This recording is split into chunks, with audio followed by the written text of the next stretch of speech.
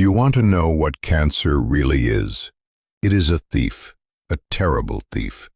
It does not only steal your life, it steals your dignity, your strength, your memories. It steals who you are, long before it finally stops your heart. And every single day, you are being lied to about it. My name is Raghav Sharma. I am 90 years old. For the last 30 years of my life, I have been trying to understand the monster that took my wife away from me. My Meera Sharma. She was a good wife, a very good wife. And cancer slowly ate her from the inside out.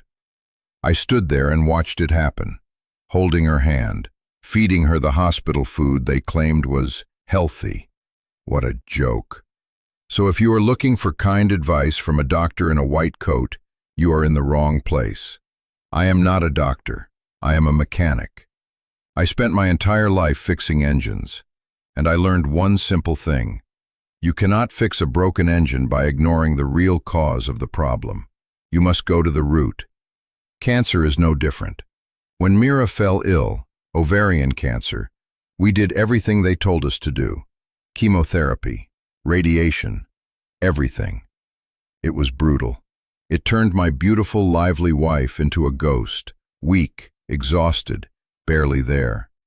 I sat in that cold, white hospital room and watched them pump poison into her veins. Then I walked into the hospital cafeteria and saw them selling soda, donuts, and all kinds of processed, unhealthy food. And a small voice inside my head started screaming, "This makes no sense at all." She died on a Tuesday. I still remember the smell of disinfectant. I remember holding her hand, how cold it felt. After the funeral, after the food, after the sympathetic looks from the neighbors were gone, I became angry.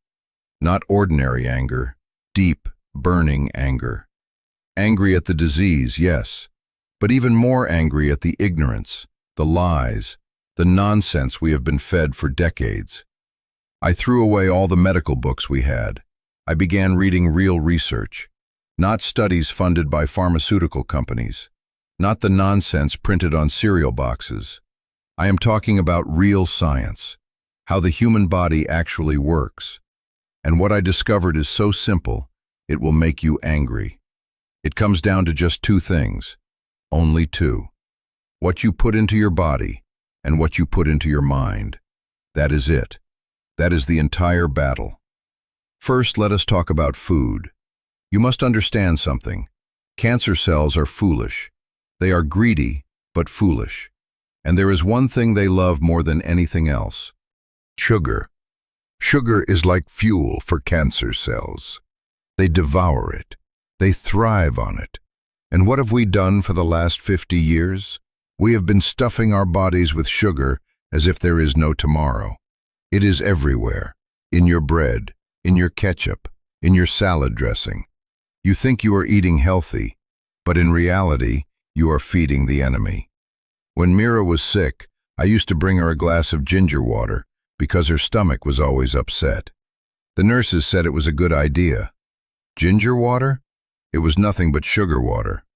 I was giving my wife's cancer cells their favorite food, and I did not even realize it. That thought still keeps me awake at night. So you have to remove it. All of it.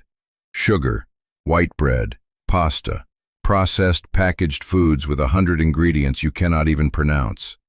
You have to starve the cancer cells. You stop feeding them. You eat real food, meat, fish, eggs, vegetables, things that grow from the earth or come from a mother. That is it, simple. Your body is a high-performance engine. You would not pour sugar into a petrol tank, would you? So why are you putting it into your body? But that is only half the battle. The other half is here, your mind.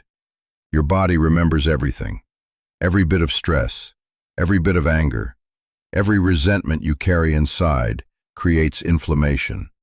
And inflammation is like pouring petrol on a fire. That is the environment cancer loves, a body at war with itself. After Meera passed away, I completely broke down.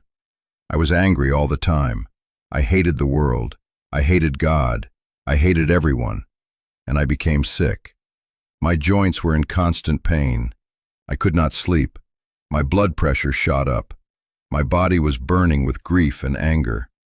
And then I realized something terrible. I was creating the same internal environment that had allowed cancer to steal my wife from me. So I had to learn to let go. It was the hardest thing I have ever done, harder even than burying my wife.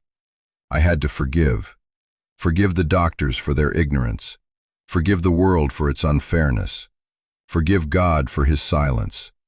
And forgive myself for that sweet ginger drink. Peace. That is the secret. You must find a way to live in peace. You turn off the news. You stop arguing with strangers on the internet. You take walks in nature. You listen to music. You sit in silence. You do whatever it takes to calm the fire inside you. Because a stressed body is a sick body. And a sick body is a welcome mat for cancer. So here I am, 90 years old. I eat steak and eggs for breakfast. I walk 2 miles every day. I take time to take care of myself. I hope that through my story, you now understand that cancer is the greatest thief of our lives. Thank you for listening. Thank you for watching. Please subscribe so I can continue sharing the true stories of the life I have lived.